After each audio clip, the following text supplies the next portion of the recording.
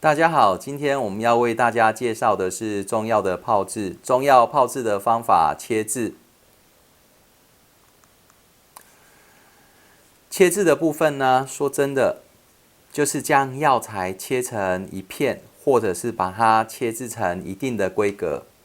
切片最主要是将竞选过后的药材进行水软化以及处理，根据药材的质地、大小以及它的性质，将药材切制成一定规格的片型。而切片的目的，最主要是要让我们的药物以及让它的一个检出量增加，而利于临床上的一个使用。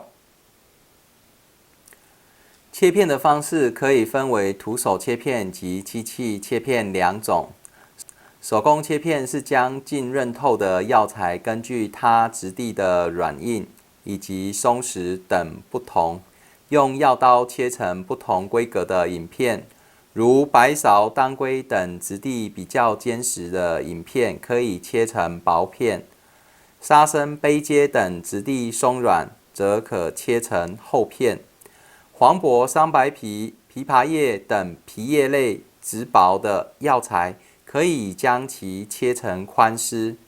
薄荷、青蒿、麻黄、忍冬藤等全草类，或者是细嫩枝，可切成小段。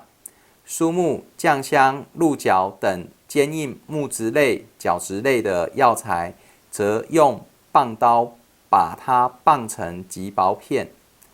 而茯苓、阿胶则把它切为块状。刚刚介绍了徒手切片，有提到浸和润。浸和润是针对药材水软化的处理方式之一。药材经过浸和润之后，需要适当的干燥。在这个地方，我们要介绍两种简单的干燥方法，一种是日光自然干燥，一种是人工干燥。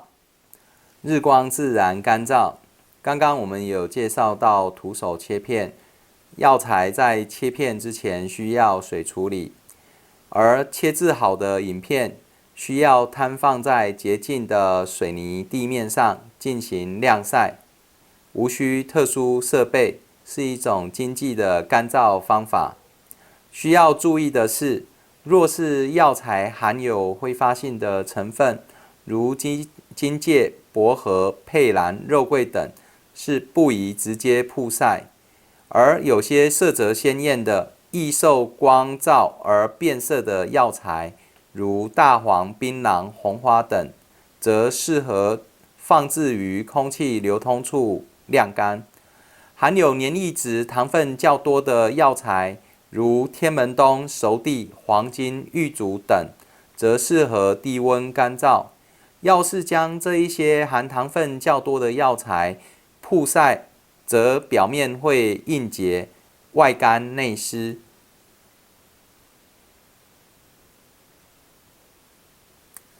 人工干燥，人工干燥的方法包括用直火烘烤、蒸汽、电热、远红外线、微波等干燥方式。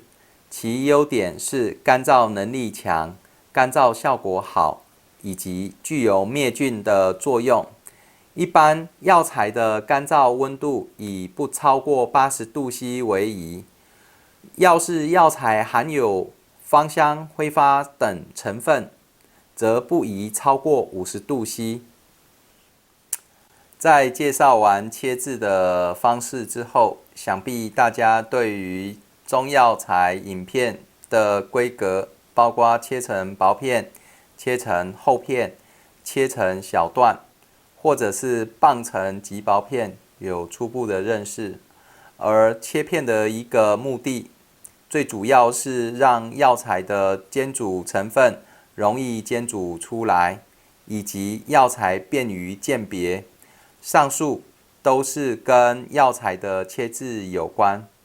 透过课程的介绍，想必你对于影片的切制有了更深一步的认识了吧？